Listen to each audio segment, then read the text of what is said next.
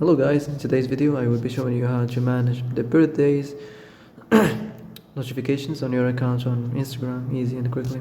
So first of all, enter Instagram, then click on your profile icon, then go to these three lines here, and then go to the notifications, and here we have this birthdays, click on it. So as you see here we have this off or on, so you can turn this on or off as you want.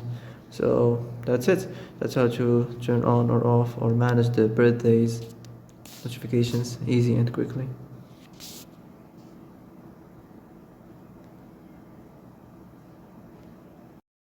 And that's it for today's video. I hope this is the answer you've been looking for.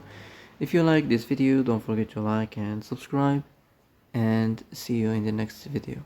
Thanks for watching.